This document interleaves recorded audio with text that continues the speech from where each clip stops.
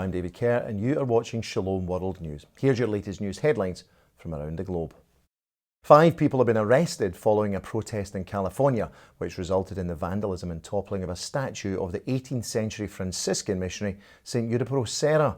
The incident took place at the Saint Rafael Mission Church in San Rafael in the Archdiocese of San Francisco on Monday.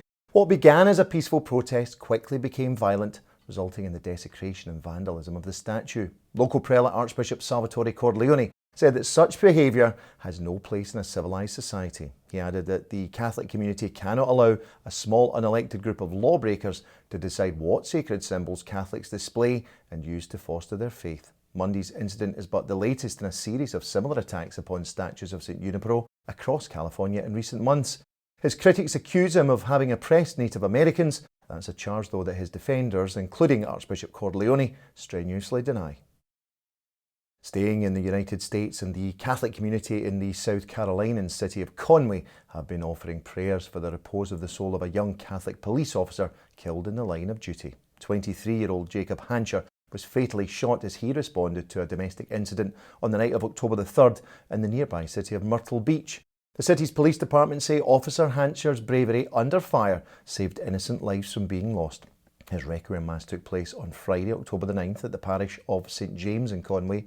During the homily, mourners were assured that the Christ who suffered agony on the cross now accompanied them in their moment of agony. A native of Maryland, Jacob Hancher joined the Myrtle Beach Police Department 5 years ago. May he rest in peace. To Africa now, and a gang of armed robbers have stolen the Blessed Sacrament from a convent in the Mangochi Diocese of Malawi. The sacrilegious attack took place on October the 7th when a criminal gang broke into a convent in the district of Machinga, which is home to a group of nuns from the religious order the Canosian Daughters of Charity. The thieves stole money, cell phones, a laptop and the Blessed Sacrament. The attack is the third such robbery from church premises in recent weeks. The local bishop, the Right Reverend Montford Stiba, is now urging the government of Malawi to better protect the Catholic Church across the country. Teenagers of the 21st century should read the works of the 14th century Italian poet Dante Alighieri, and especially his Divine Comedy. That's the opinion of Pope Francis. The Holy Father made his comments on Saturday, October the 10th, to a delegation from the Italian Archdiocese of Ravenna Cervia. That's where Dante died in exile in 1321. It's also where a year of Dante was announced last month to mark the 700th anniversary of the poet's death, with a series of events across the Italian peninsula. Pope Francis said that despite the passage of time, any young person who reads the Divine Comedy will, quote, perceive a surprising resonance with the world of today. The book takes the reader on a journey through hell, heaven and purgatory.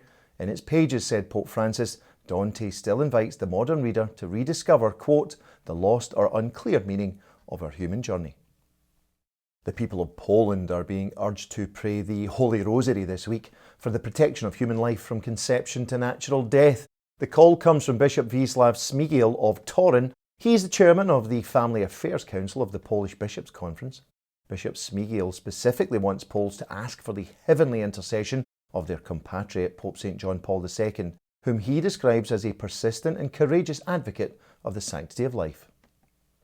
Catholics in the Australian state of Victoria are petitioning their government to end what they say is unfair treatment against places of worship when it comes to COVID-19 restrictions. At present, Victoria allows hospitality gatherings to be attended by 20 people indoors and 50 people outdoors, while religious gatherings are limited to 10 people outdoors and indoors.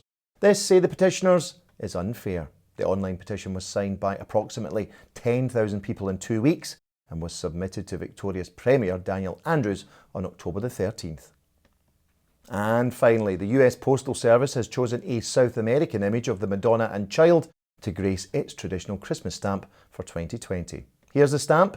It features an image of Our Lady of Guapulo from Peru, painted in the 18th century by an unknown artist. The artwork is from the collection of the Metropolitan Museum of Art in New York. It depicts a crowned Virgin Mary enrobed with a pyramidical gown, speckled with jewels, and holding a sceptre woven with roses and leaves as she looks down on a similarly adorned Christ child in her left arm. The stamp will go on sale across the United States on October the 20th.